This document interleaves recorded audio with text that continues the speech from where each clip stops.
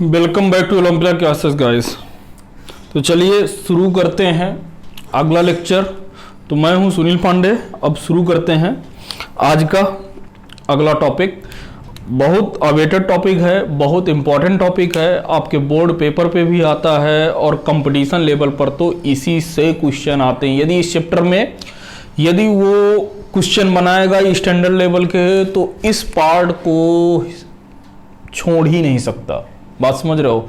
जो एग्जामिनर है वो आपका क्वेश्चन इसी पार्ट से बनाएगा। तो इस टॉपिक का नाम है, हेडिंग डालिएगा गॉस लॉ।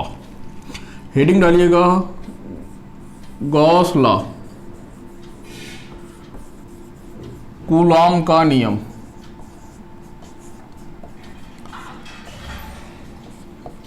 कूलॉम का नियम, गॉस लॉ। देखें दिख रहा है?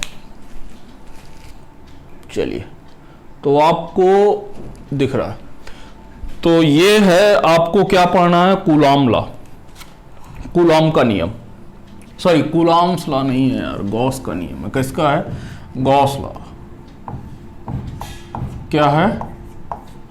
गॉस का नियम पढ़ना। अब इसके बारे में पढ़ने से पहले आपको देखिए, एरिया वेक्टर के बारे में पता है। एरिया वेक्टर क्या होता है? जो 2D ऑब्जेक्ट होते हैं, 2D के लिए किधर होता है? दोनों तरफ परपेंडिकुलर, आउटसाइड, या तो बाहर की तरफ होगा या अंदर की तरफ, और इनसाइड, या तो बाहर होगा या अंदर की तरफ होगा। 3D के लिए एरिया वेक्टर की डायरेक्शन किधर होती है? हमेशा सतह के लंबवत, सतह के लंबवत बाहर की तरफ। किधर होता है? बाहर की ओर। ठीक है, ये पता होगा आपको। ये भी पता होना चाहिए कि इलेक्ट्रिक फ्लक्स बराबर क्या होता है? E dot A. Dot product हटाएंगे तो क्या आएगा? ई ए कॉस थीटा। ये वाला फार्मूला कब लगाते हैं? जब आपकी इलेक्ट्रिक फील्ड क्या होती है? कांस्टेंट होती है। क्या होती है? इलेक्ट्रिक फील्ड कांस्टेंट होती है। जब क्या हो? इलेक्ट्रिक फील्ड क्या हो? इलेक्ट्रिक फील्ड आपकी कांस्टेंट हो तब लगेगा। और जब इलेक्ट्रिक फील्ड कांस्टेंट ना हो तब कौन सा फार्मूला लगता है? E dot A. तब ये वाला फार्मूला लगता है। ये कब लगेगा? इलेक्ट्रिक फील्ड यूनिफॉर्म नहीं है, इलेक्ट्रिक फील्ड असमान है, असमान है, तब ये फार्मूला लगता है। अच्छा, मैं एक चीज और बता दूं, एक चीज ध्यान दीजिएगा कि जो आपकी जो गॉस लॉ है, जो गॉस लॉ है वो लग हर जगह सकता है, लग हर जगह सकता है, लेकिन हर जगह हम लगाते नहीं। ऐसा नहीं कि गॉस लॉ केवल कुछ ही केसों में लगेगा। गॉस लॉ आपका हर एक जगह वैलिड है, हर एक जगह आप गॉस लॉ लगा सकते हैं, लेकिन हम उसको कुछ ही जगहों पर लगाते हैं। इसका रीजन यह है कि यदि आप गॉस लॉ हर एक जगह लगाएंगे तो आपका जो मैथ है, भाई क्वेश्चन सॉल्व करने के लिए हमें मैथ पर जाना पड़ेगा, और कभी कभी यदि आप हर एक केस में लगा देंगे गॉस लॉ तो कभी कभी उसके लिए जो मैथ होती है वो क्या होती है? बहुत कॉम्प्लेक्स हो जाती है, जटिल हो जाती है, बहुत कठिन हो जाती है। इस वजह से गॉस लॉ हम केवल और केवल कुछ ही जगहों पर लगाते हैं। तो चलिए पहले गॉस लॉ का स्टेटमेंट देखे लेते हैं कि गॉस लॉ कहता क्या है और इसका प्रूफ क्या है। तो चलिए शुरू करते हैं। ये तो आपको नहीं लिखना था, ये मैंने बताया कि पिछले लेक्चर पे ये सब आप पढ़ चुके हैं कि 2D के लिए, जो 2D ऑब्जेक्ट के लिए जो आपका एरिया वेक्टर होगा वो परपेंडिकुलर, आउटसाइड या इनसाइड होगा, सतह के लंबवत बाहर की तरफ या अंदर की तरफ होगा। लेकिन यदि आपका 3D ऑब्जेक्ट होगा तो हमेशा और हमेशा सतह के लंबवत और किधर होगा? बाहर की तरफ होगा एरिया वेक्टर। तो चलिए, गॉस लॉ कुछ यही कह रहा है, लिखिएगा। गॉस लॉ क्या कह रहा है कि लिखिएगा कि किसी बंद पृष्ठ, बंद पृष्ठ को क्या कहते हैं? Closed surface, closed surface. किसी बंद पृष्ठ, या इसको 3D ऑब्जेक्ट भी क्या कहते हैं? क्या कहते हैं? 3D मतलब 3 डायमेंशन। किसी बंद पृष्ठ के अंदर यदि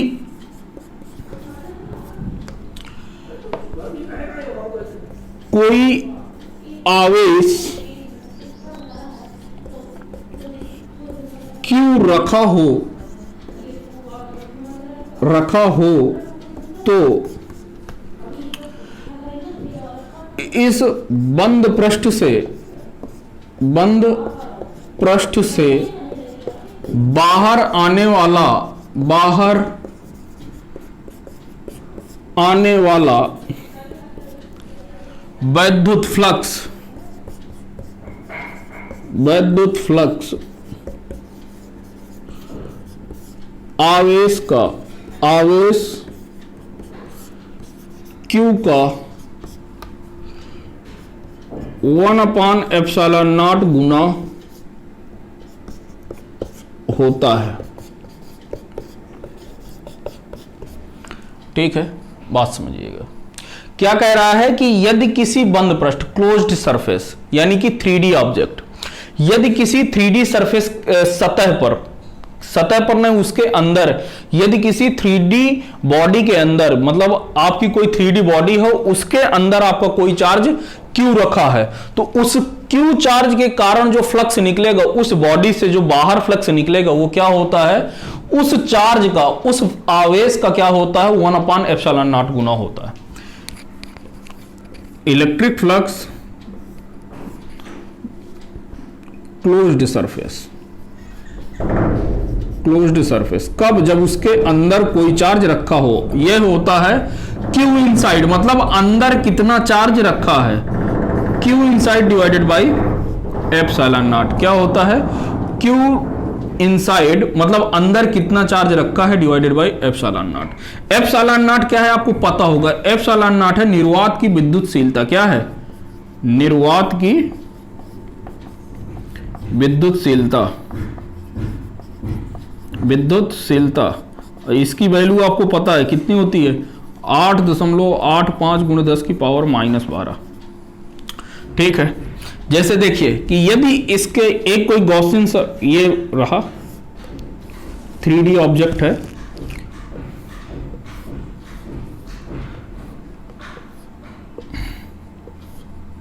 ठीक है, और यहां पर इसके चार्ज Q रखा हुआ है, इस पर चार्ज कितना रखा हुआ है, Q रखा हुआ है, इसके अंदर चार्ज रखा हुआ है। ये जो Q चार्ज है कहां पर है, इसके अंदर है। तो इसकी इस टोटल, इस क्यूब से, ये कैसा है, घन बना है, तो इस घन से जो टोटल फ्लक्स निकलेगा, घन से निकलने वाला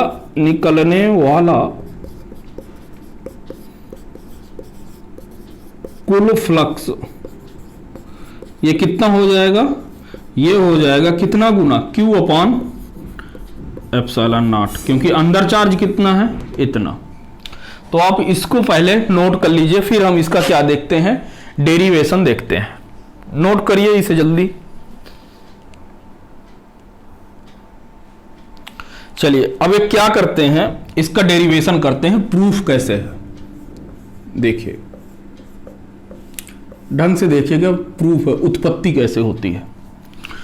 तो मान लीजिए कि आपका ये क्या है, एक गोला है। क्या है, एक गोला है। ये क्या है, गोला है।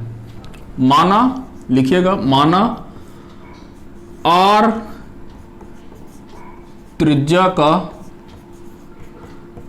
एक गोला है जिसके अंदर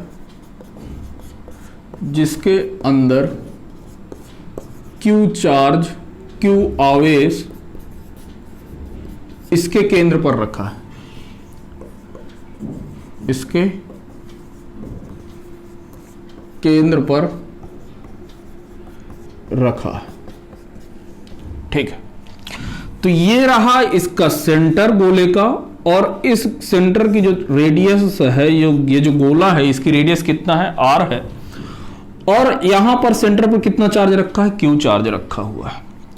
जब मैं आपको एरिया वेक्टर बता रहा था तो वहां पर बता रहा था कि अब इस पर क्या, पहले ध्यान से समझिए, कि ये कैसा है, क्यू चार्ज है, तो क्यू चार्ज से इलेक्ट्रिक फील्ड निकलेगी, हर एक जगह इलेक्ट्रिक फील्ड, चारों तरफ इलेक्ट्रिक फील्ड निकलेगी।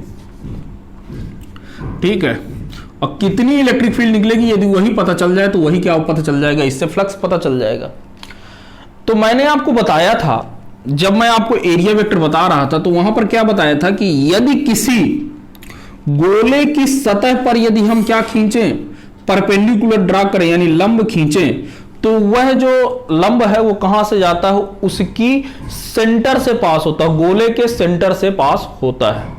पहले बात समझिएगा, यदि कोई गोला है और उस गोले की सतह पर हमें क्या करना है, परपेंडिकुलर ड्रा करना है यानी कि लंब खींचना है, तो वह लंब कहां से गुजरेगा, उस गोले के केंद्र से गुजरेगा, उस गोले के केंद्र से गुजरेगा, पास आउट होगा। तो चलिए अब देखिए, यहां पर इलेक्ट्रिक फील्ड हर एक जगह समान होगी, क्योंकि जो आपका जो चार्ज रखा है, जो आपका आवेश रखा है, वो कहां पर रखा है, सेंटर पर रखा है, और सेंटर से जो सतह पर क्या होगा, सतह हमेशा क्या होगी, आर दूरी पर होगी। यहां से दूरी हर एक पॉइंट के लिए कितनी है, आर है, तो आर दूरी के लिए इलेक्ट्रिक फील्ड कितना होता है, के क्यू अपॉन आर स्क्वायर। तो देखिए के तो कांस्टेंट होता है, क्यू भी कांस्टेंट है, बदलना क्या चाहिए था, आर तो हर एक जगह क्या है, इसकी सतह पर बराबर है, तो इलेक्ट्रिक फील्ड हर एक जगह क्या रहेगी, बराबर रहेगी।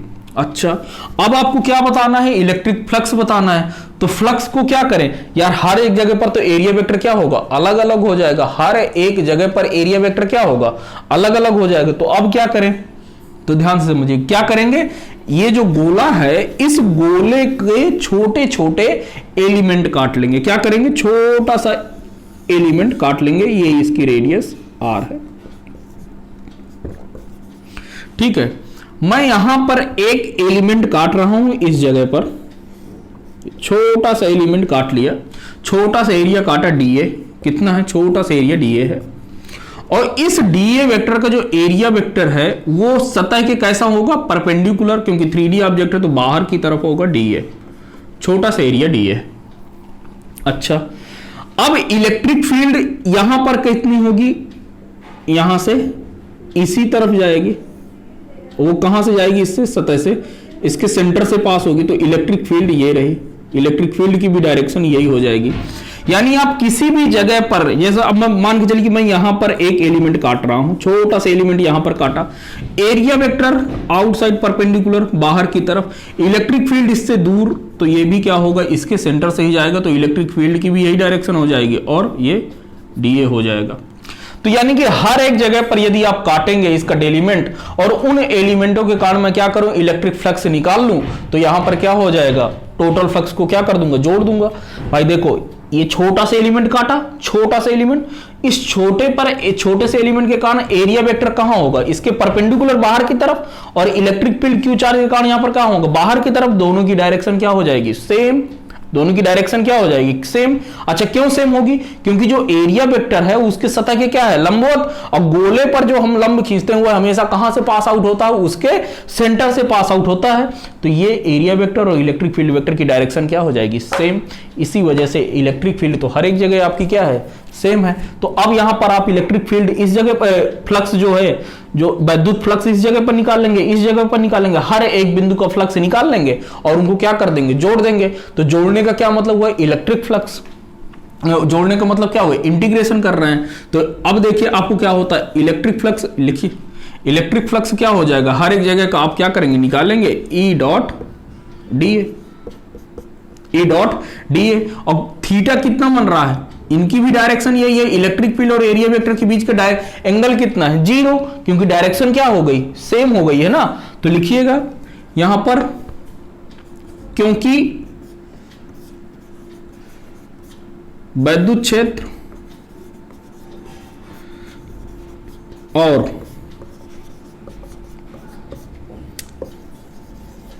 एरिया वेक्टर के, एरिया वेक्टर की दिशा समान है, समान है, अतः थीटा बराबर 0 डिग्री। यानी कि ये कितना हो जाएगा, E dot D A cos 0 तो जब कॉस 0 हो जाएगा तो यहां से फाई ई बराबर कितना, कॉस थीटा, कॉस 0 की वैल्यू आपकी कितनी होती है, 1 होती है, तो ये हो जाएगा ई डी ए। अच्छा ये रहा। अब आप देखिए तो ये जो इलेक्ट्रिक फील्ड है हर जगह पर क्या है, कांस्टेंट है। इलेक्ट्रिक फील्ड आपकी हर जगह पर क्या है, के क्यू अपॉन आर स्क्वायर, यही तो है, के क्यू अपॉन आर स्क्वायर। तो यहां से इलेक्ट्रिक फील्ड आपकी हर जगह पर क्या है, नियत है, तो इलेक्ट्रिक फील्ड आप बाहर निकाल लेंगे, डी ए। अच्छा पहले छोटा छोटा एरिया जोड़ेंगे तो टोटल एरिया कितना हो जाएगा, पूरा, यदि छोटा छोटा एरिया करके हर एक का जोड़ देंगे तो क्या आ जाएगा, पूरा सरफेस एरिया आ जाएगा। तो लिखिएगा गोले का पृष्ठीय क्षेत्रफल, पृष्ठीय क्षेत्रफल ए बराबर कितना होता है, 4 पाई आर स्क्वायर, क्योंकि रेडियस आपकी आर त्रिज्या की है, रेडियस आपकी कितना है, आर है। तो इलेक्ट्रिक फील्ड की वैल्यू आप लिख लीजिए के क्यू अपॉन आर स्क्वायर। इसका इंटीग्रेशन छोटा छोटा एरिया जब जोड़ेंगे तो बड़ा सा एरिया बन जाएगा, मतलब एरिया का ए फाई ई। अब यहां से इलेक्ट्रिक फ्लक्स बराबर कितना हो जाएगा, के की जगह पर आप वैल्यू पुट करिए, कितना होता है, के की जगह पर 1/4 pi epsilon nought q upon r square, q upon r square. Area कितना है गोले का, 4 पाई आर स्क्वायर। तो 4 पाई से 4 पाई कैंसिल हो गया, आर स्क्वायर से आर स्क्वायर कैंसिल हो गया, कितना बचा, क्यू अपॉन एप्सिलॉन नॉट। तो प्रूफ हो गया कि किसी भी बंद पृष्ठ पर, किसी भी बंद पृष्ठ पर यदि उस पर कहीं भी कोई चार्ज रखा है, कहीं भी कोई भी आवेश रखा है, तो उस आवेश के कारण जो उस बंद सतह से जितने भी फ्लक्स निकले वो कितना होगा, क्यू अपॉन एप्सिलॉन नॉट होगा। नोट कर लीजिए इसे, बहुत इंपॉर्टेंट है, ठीक है, बोर्ड वगैरह पे बहुत आता है, इस वजह से इसको होना बहुत जरूरी है, तो इसको पहले नोट कर लीजिए आप। चलिए अब गॉस लॉ से रिलेटेड कुछ बातें कर लेते हैं, तो लिखिएगा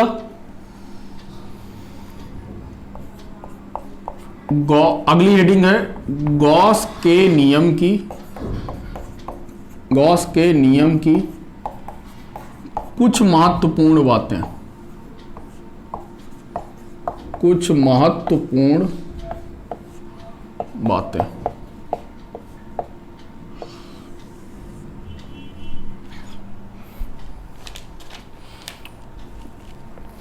इसमें लिखिएगा पहला पॉइंट है, पहला पॉइंट यह है, लिखिएगा कि किसी बंद पृष्ठ पर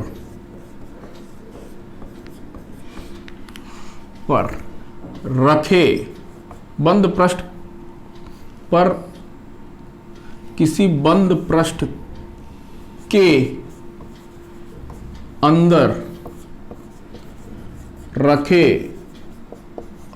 आवेश के कारण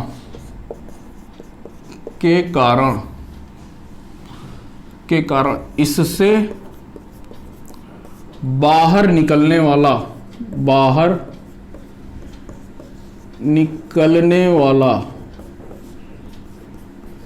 वैद्युत फ्लक्स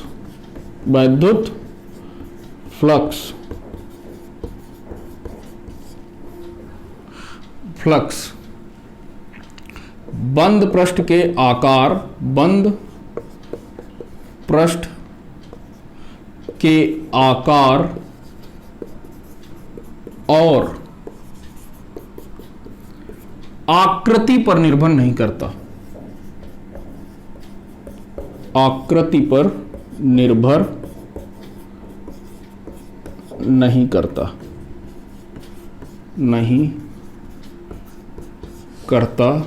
है। क्या बोला है कि किसी बंद पृष्ठ के अंदर रखे आवेश के कारण, किसी बंद पृष्ठ के अंदर रखे आवेश के कारण इससे बाहर निकलने वाला वैद्युत फ्लक्स इस बात पर निर्भर नहीं करता कि किसी का आकार कितना बड़ा है या कितना छोटा है या वह किस रूप का है।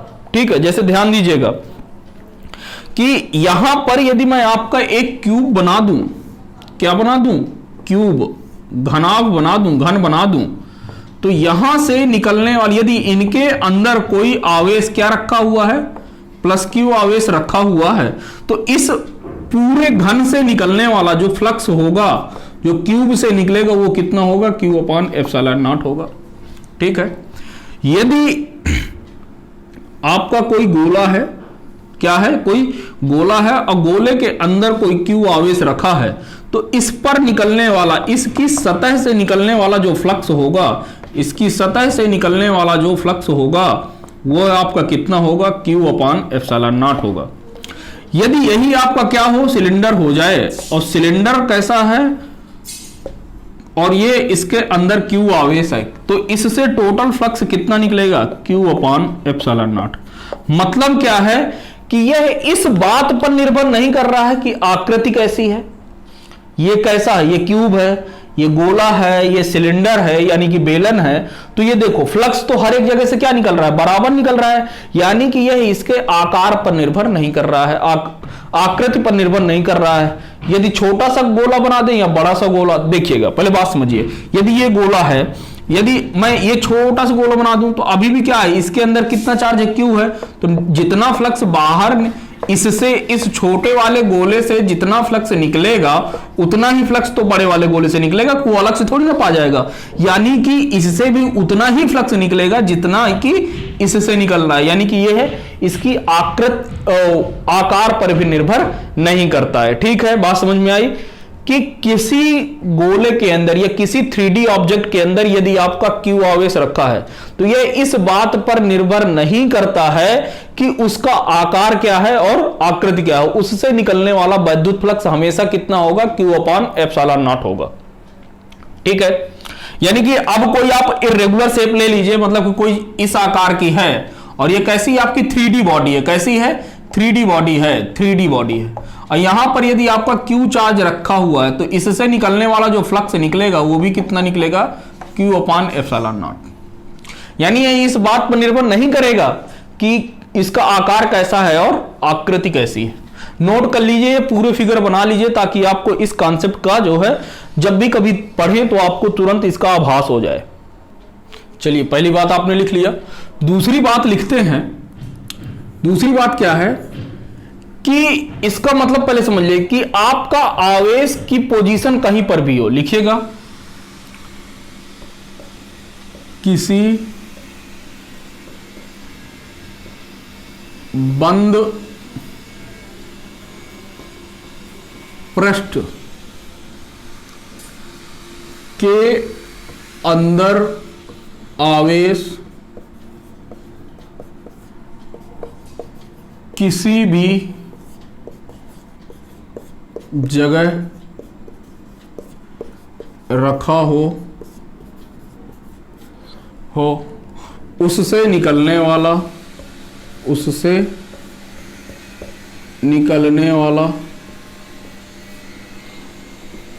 कुल फ्लक्स नियत रहेगा। यानी कि देखिए, पहले बात समझिए, एक मैंने क्यूब बना दिया, ठीक है, और इसके अंदर आपका एक क्यू आवेश रखा है। अब ये सेंटर पर नहीं रखा, इसके अंदर, जैसे ये कमरा है, एक कमरे के अंदर आप उस कोने पर नहीं, मतलब उसके कमरे के अंदर रखना है, तो आप कमरे के अंदर कहीं पर भी कोई गिलास रख दो, ठीक है, तो आपका जो फ्लक्स निकलेगा, तो उसी तरीके से चार्ज है कि कमरे पर आप कहीं पर भी आवेश रख दो, चार्ज रख दो, उससे निकलने वाला कुल फ्लक्स हमेशा कितना होगा, फाई बराबर क्यू अपॉन एप्सिलॉन नॉट। चाहे इसके मतलब कमरे के अंदर आप कहीं पर भी रखो, वो आपका हमेशा आवेश के कारण जो विद्युत फ्लक्स निकलेगा, वो कितना निकलेगा, क्यू अपॉन एप्सिलॉन नॉट। जैसे ये रहा आपका एक गोला, अभी आपने सेंटर पर रखा है चार्ज, तो इसके कारण जो गोले के कारण जो फ्लक्स निकलेगा क्यू के कारण, तो क्यू अपॉन एप्सिलॉन नॉट। अभी आपने कहां पर रखा था, सेंटर पर। अब आप यहां पर रख रहे हैं आवेश, तो अभी भी आपका फ्लक्स कितना रहेगा, Q अपॉन एप्सिलॉन नॉट। यानी कि आवेश की स्थिति पर निर्भर नहीं करता है कि फ्लक्स कितना निकलेगा, फ्लक्स आपका हमेशा उतना ही निकलेगा। शर्त यह है कि आपका आवेश कहां होना चाहिए, उस 3D ऑब्जेक्ट के अंदर होना चाहिए। कहां पर होना चाहिए, उस 3D ऑब्जेक्ट के अंदर होना चाहिए। अब अंदर कहीं भी हो सकता है, ठीक है, तो टोटल फ्लक्स यही निकलेगा। चलिए ये वाला पॉइंट नोट कर लिया, चलिए नोट करिए, नोट करिए, सब फिगर बना लीजिए। चलिए तीसरी बात क्या है, तीसरी बात है कि लिखिएगा किसी बंद पृष्ठ के बाहर, अभी तक अंदर की बात कर रहा था, किसी बंद पृष्ठ के बाहर रखे आवेश के कारण, बाहर रखे आवेश के कारण इससे गुजरने वाला, इससे गुजरने वाला कुल फ्लक्स शून्य होगा। क्या होगा, शून्य होगा। क्योंकि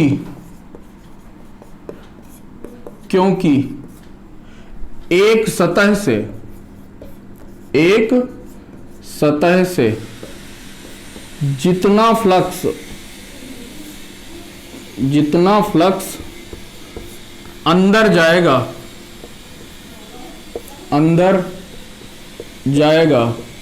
दूसरी सतह से उतना ही फ्लक्स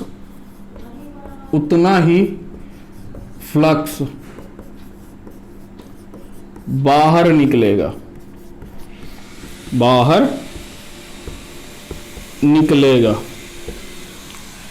क्लियर हुआ। देखिए आपने ये क्या बनाया, एक क्यूब बनाया,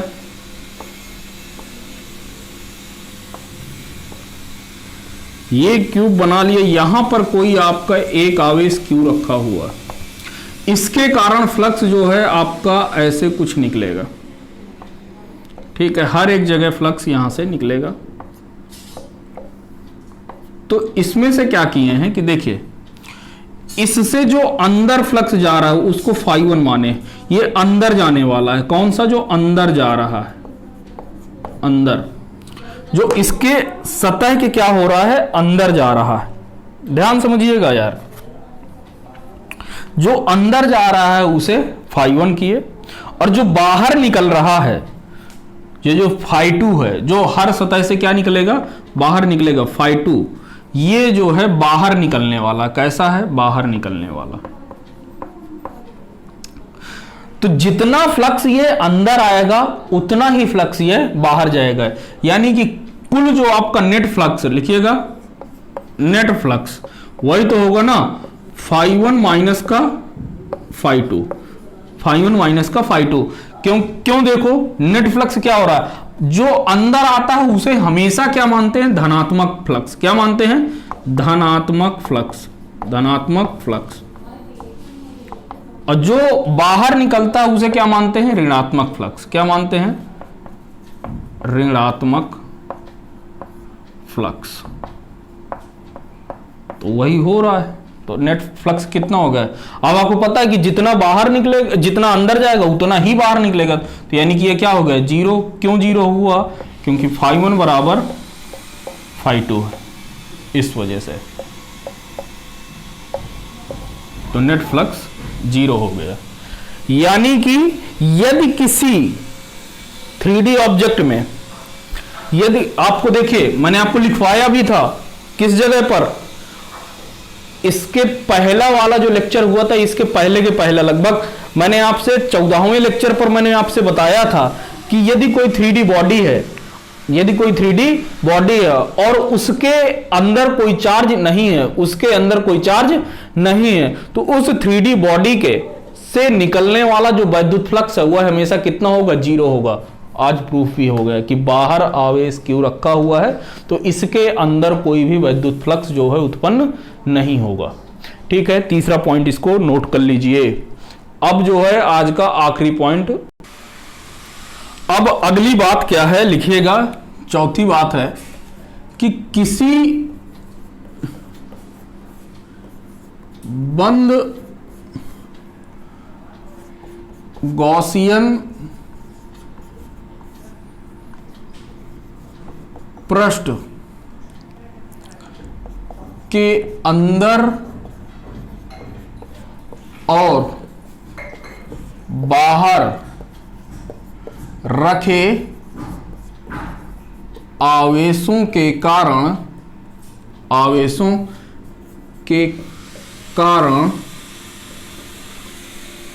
वैद्युत क्षेत्र तो दोनों के कारण होगा, वैद्युत क्षेत्र तो सभी आवेशों के कारण होगा,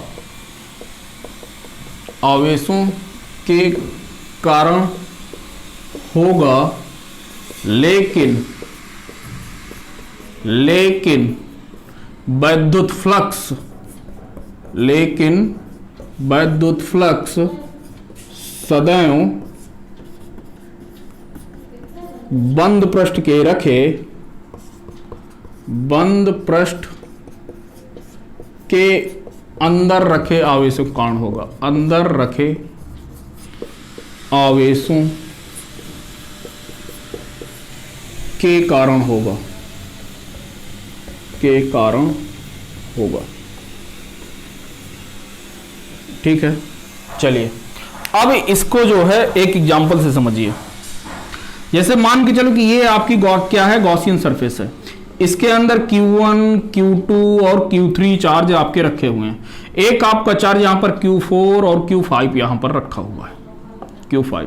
तो जो इलेक्ट्रिक फील्ड होगी, जो वैद्युत क्षेत्र होगा, वह सभी आवेशों के कारण होगा। किसके कारण होगा, सभी आवेशों के कारण। ध्यान दीजिएगा, सभी आवेशों के कारण होगी। ठीक है, लेकिन जो इलेक्ट्रिक फ्लक्स होगा वो केवल किसके कारण होगा, जो गॉसियन सरफेस के अंदर होंगे। किसके कारण होगा विद्युत फ्लक्स, जो गॉसियन सरफेस के अंदर होंगे। तो अंदर के Q1, Q2 और Q3 के कारण होगी, कारण होगी। ठीक है, तो ये बातें हैं। ठीक है, इसको आप नोट कर लीजिए और फिर एक जो है एक चीज और बता देते हैं, फिर लेक्चर को कंप्लीट करते हैं। तो चलिए, ये रहा, आपने इसको नोट कर लिया होगा, आई होप पॉज करके नोट कर लीजिएगा। अब देखिए, एक छोटी सी बात है कि मैंने आपको बताया कि इलेक्ट्रिक फ्लक्स जो होगा, जो वो किसके कारण होगा, केवल अंदर रखे चार्ज के कारण। तो यहां पर एक एग्जांपल है कि यदि अंदर रखा हुआ चार्ज आपका कितना है, +Q, दूसरा चार्ज है -Q, तीसरा चार्ज है 4Q। तो यहां पर जो आपका इलेक्ट्रिक फ्लक्स जो होगा वो कितना होगा, Q इनसाइड मतलब अंदर कितना चार्ज है डिवाइडेड बाई ε0। तो इनका सबको क्या करेंगे, जोड़ेंगे, +Q -Q प्लस का 4Q। तो एक माइनस से माइनस तो ये कैंसिल हो जाएगा, ये ε0 तो कितना आ जाएगा, 4Q/ε0। मतलब कि इसके अंदर जितने भी आवेश होंगे उनका क्या करेंगे, बीजगणितीय योग करेंगे। क्या करेंगे, बीजगणितीय योग। सिंपल सी गणित लगाएंगे और उसको निकाल लेंगे इलेक्ट्रिक फ्लक्स। ठीक है, बात समझ में आ गई। एक पॉइंट आपको और लिखना है, सिंपल सी बात है कि अगली बात यह है कि किसी गॉसियन पृष्ठ पर वैद्युत द्विध्रुव के कारण इससे निकलने वाला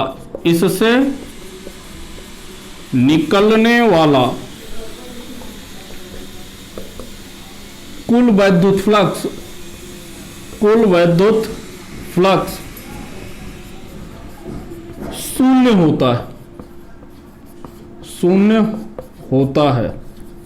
ठीक है, देखिए कैसे, ये आपने एक गॉसियन सरफेस बना ली, 3D ऑब्जेक्ट है। कैसा है 3D ऑब्जेक्ट। अब इसके अंदर आपको डाइपोल बनाना है। क्या बनाना है? डाइपोल। डाइपोल का मतलब आपको पता है, इलेक्ट्रिक डाइपोल का, वैद्युत द्विध्रुव का क्या मतलब है कि एक समान आवेश रहते हैं और कैसे विपरीत प्रकृति के रहते हैं। तो एक ये प्लस क्यू रहेगा तो दूसरा ये माइनस क्यू रहेगा, तो कुल नेट चार्ज कितना हो जाएगा? कुल आवेश प्लस क्यू और माइनस क्यू, तो क्या हो गया? जीरो। तो इलेक्ट्रिक फ्लक्स भी कितना हो गया? जीरो। क्यू इनसाइड होता है, इनसाइड कितना चार्ज है?